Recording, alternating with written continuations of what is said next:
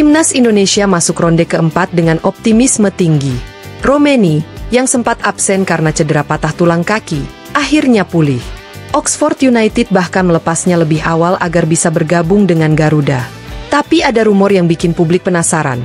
Kluivert kabarnya ingin menggeser posisi Romeni dari striker menjadi winger. Pertanyaannya, kenapa pelatih sekelas Kluivert rela menaruh mesin gol ke posisi sayap?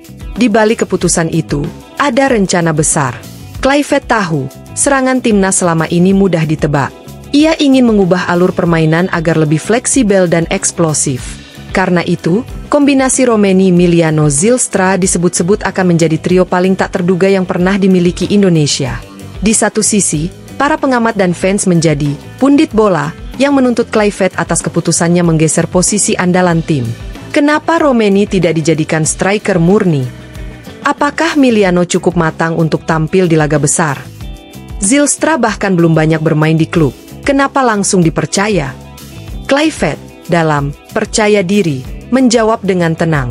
Ia menunjukkan data. Saat dimainkan di sayap, Romeni mencatat 97 pertandingan, 18 gol, dan 11 assist.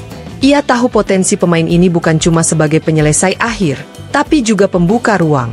Dan itu terbukti, ketika Romeni menarik bek lawan, ruang kosong muncul untuk pemain lain. Kita tidak butuh satu pembunuh tunggal, ujar Kluivert. Kita butuh sistem yang bisa membuat semua pemain berbahaya. Namun di balik strategi itu, ada satu rencana tersembunyi yang baru terungkap belakangan. Kluivert ternyata menyiapkan jebakan waktu. Ia sengaja menunda kembalinya Romeni sebagai starter penuh agar lawan tidak siap.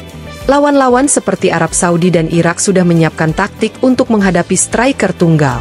Namun, ketika Romeni justru dimainkan melebar, semua prediksi mereka hancur.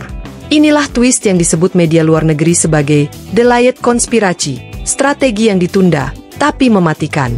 Meski strategi itu brilian di atas kertas, di lapangan tidak sesederhana itu. Miliano Jonathan, winger keturunan Depok yang bersinar di FC Utrecht, harus membuktikan diri melawan bek tangguh Arab Saudi, Motep Al-Harbi. Bek ini dikenal punya kecepatan luar biasa dan kemampuan membaca arah bola dengan presisi. Jika Miliano gagal menembus sisi kanan pertahanan lawan, seluruh sistem Kluivert bisa ambruk. Sementara itu, Zylstra, striker muda keturunan Bandung yang baru dinaturalisasi, masih dianggap hijau oleh media Belanda. Mereka meragukan keputusannya langsung masuk skuad utama. Tapi Kluivert tetap percaya, kadang pemain muda dengan semangat besar lebih berbahaya daripada pemain senior yang sudah nyaman. Dan kejutan itu datang dari Miliano. Di laga uji coba kontra Lebanon, pemain 20 tahun itu tampil luar biasa. Gaya larinya mirip Arjen Robben, menusuk dari sayap kanan dan melepaskan tembakan melengkung keras. Kluivert bahkan berkata, "Saya sudah mengincarnya sejak lama. Kini semua orang tahu kenapa." Miliano bukan sekadar pemain cepat, dia kreatif, berani duel, dan punya insting pembeda. Di saat Marcelino harus menepi karena kurang menit bermain, Miliano menjadi mesin kreativitas baru bagi Garuda. Dan untuk pertama kalinya, publik melihat serangan Indonesia yang cair, dinamis, dan penuh kejutan. Namun drama belum selesai. Kluivert ternyata menyiapkan peran tak terduga untuk Zylstra. Bukannya menunggu bola di kotak penalti, striker FC Volendam ini justru diperintahkan menjadi pemantul bola, peran yang biasa dimainkan oleh Robert Lewandowski atau Joshua Zirkzee.